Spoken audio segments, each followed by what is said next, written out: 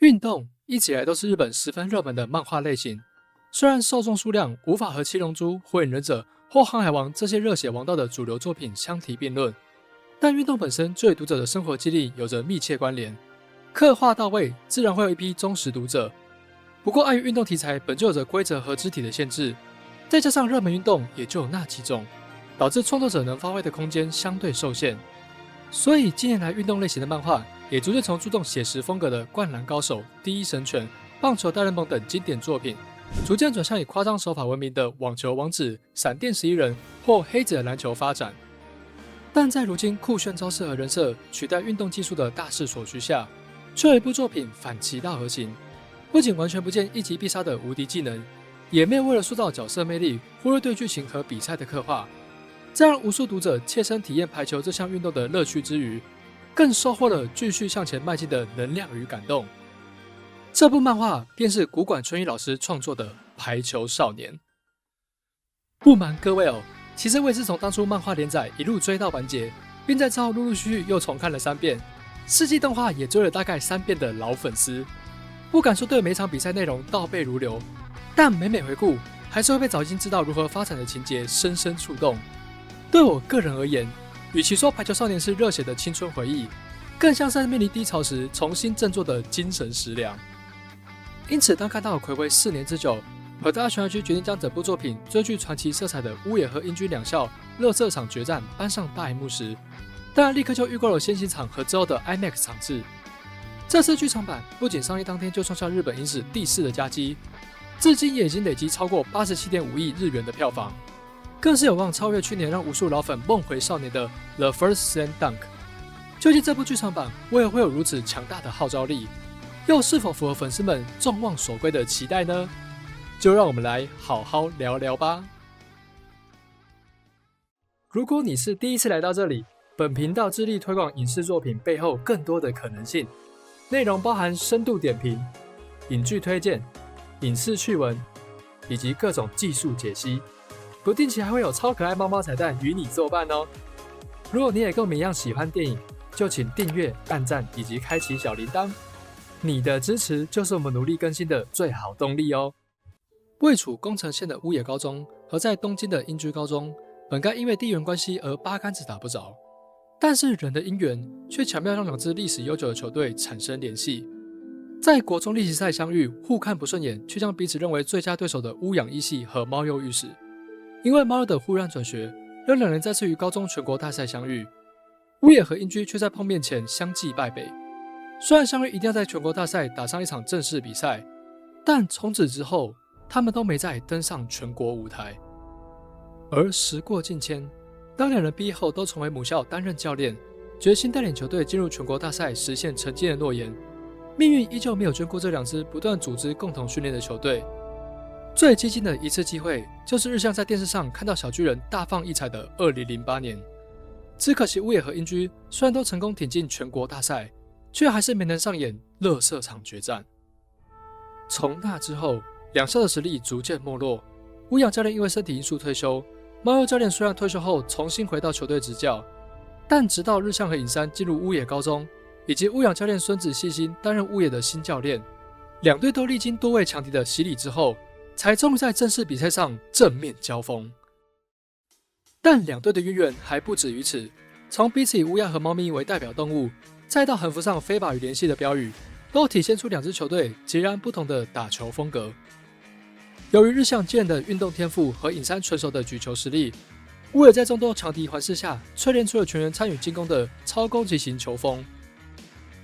英居则是以团队防守见长，透过不放弃任何一球试探对手的习惯与漏洞，进而拟定相依策略的反击防守型球队。所以这场比赛也可说是极致的矛盾对决。这样的特质也被古馆老师巧妙安排在性格完全相反的日向和研磨身上。相比打排球就像吃饭一样自然，总是想上场尽情享受比赛，偏向直觉与本能行动的日向。担任举球员的研磨不仅对胜负没有太大兴趣，也会尽可能以不消耗体力的方式观察和思考如何利用对手弱点。然而如此南辕北辙的他们，却成了无话不谈的好友。经过练习赛后，日向发誓要拼尽全力让研磨对排球说出一般以外的感想。研磨也想和有趣日向来场没有重来一次的比赛。而这也正是排球少年的魅力所在。尽管理念不同，打法相异，但所有人都是因为排球这项运动汇集于球场上。不论是以拦网发动反击的伊达工业，透过发球和举球串联全队的青叶晨希，围绕绝对力量为核心的白鸟泽，还是巧妙掌握场内外节奏的道和奇，都如同乌养教练见证乌野爆冷击败白鸟泽时，引用以色列排球名帅阿里塞林格的名言：没有任何理由让我们相信未来不会出现发展以及变革。没有任何一种打法是永远有效的，也不存在无法克服与弥补的缺陷。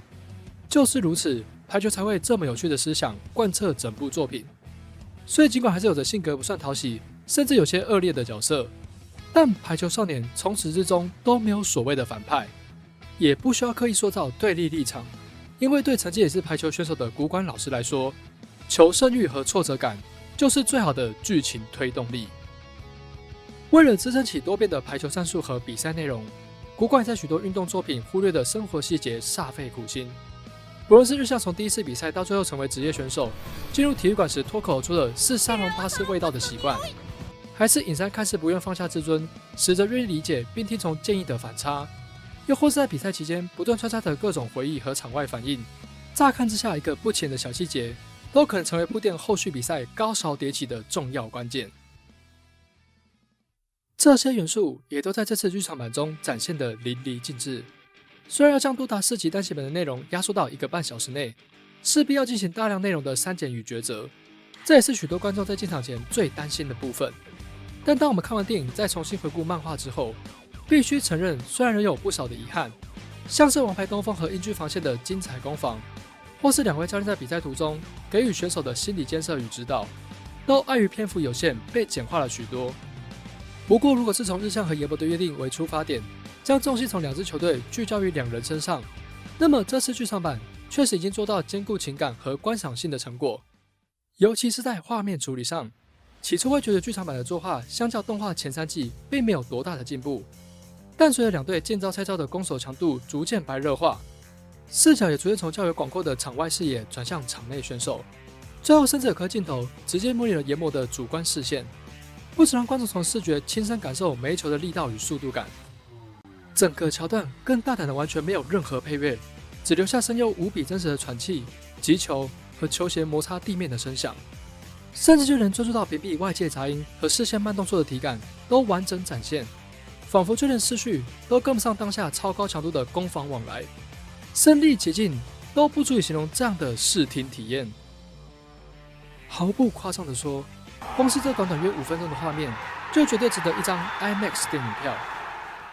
为了绘制最贴近真实的运动镜头，早在制作前3季动画时，满中圈导演就曾亲自观摩高中排球队的比赛和练习，更组织工作人员进行排球比赛。这些过往的经历都如同乌野和英居众人的成长，在这次剧场版开花结果，完美回应观众等候已久的期待，让人在观影时也不禁心潮澎湃，不断在心中跟着呐喊：不想这么快就结束啊！就像英居的山本在赛后回忆时所说的，在比赛中的一瞬间，场馆的声音都消失了，心里完全忘了输球的恐惧，反而像练习赛一样，只想着如何打好当时的那颗球。他对于有幸能打一场如此精彩的比赛感到由衷欣慰，对我们这些能见证这场比赛的观众而言，又何尝不是如此呢？话虽如此，这部剧场版却有不少明显的缺陷。首先是符合原作不断穿插的回忆画面，虽然这点在漫画和动画中都不是什么问题，也是让观众更认识角色想法和经历的重要桥段，但在10场已经压缩比赛内容的前提下，只是按照漫画顺序加入回忆片段，就会打断比赛已经营造的紧张氛围与沉浸感，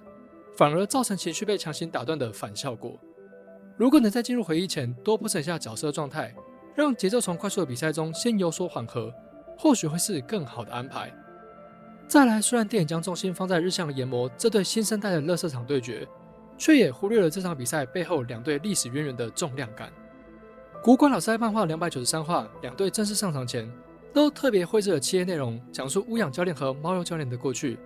为的就是让读者更了解这段英雄惜英雄的因缘，以及升华这场比赛对2队球员的意义。其实这段完全可以直接放在剧场版一开头，再继续回顾日向和研磨的相遇，不仅可以让新旧两代的经历无缝接轨，更可以让观众了解为什么这场比赛有做成剧场版的价值。但以现在的剧场版来说，别说有看过前世纪动画的粉丝还记不记得之前的细节，没看过动画的新观众跟风看完电影后，也可能还是对什么是垃圾场对决一知半解。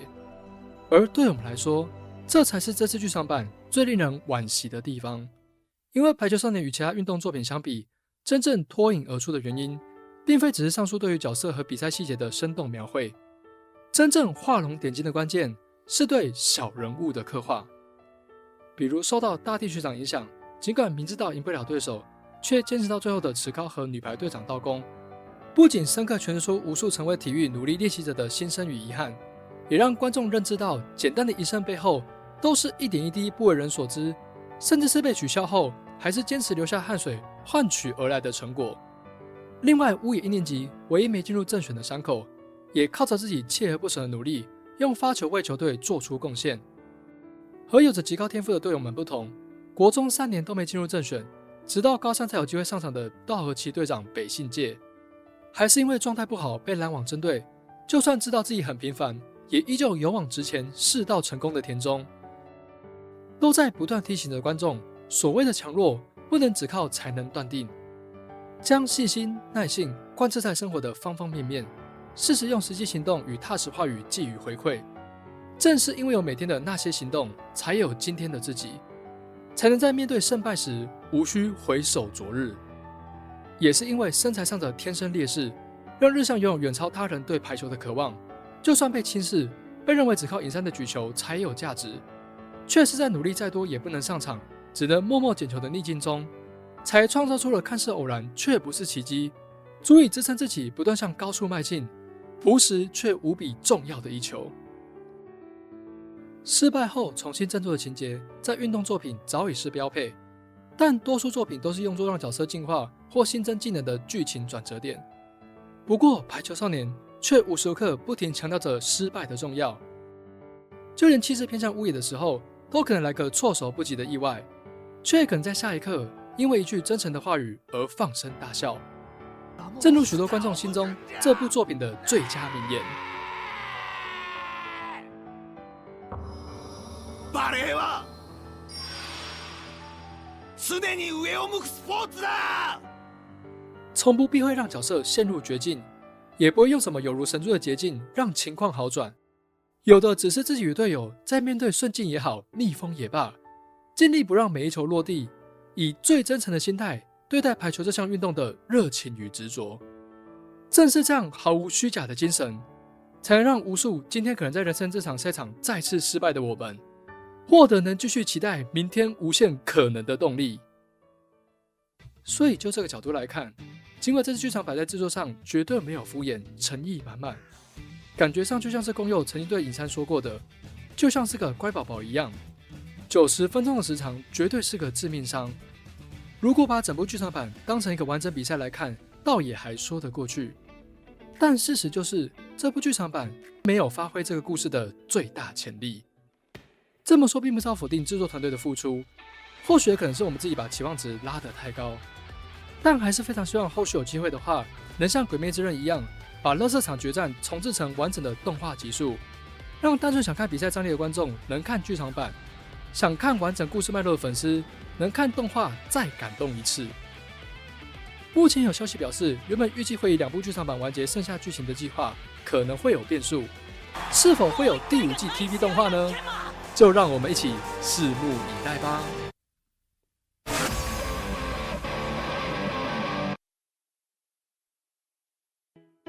话说这次的稿，不知道为什么打着打着，就从单纯影评变成分析作品特色了。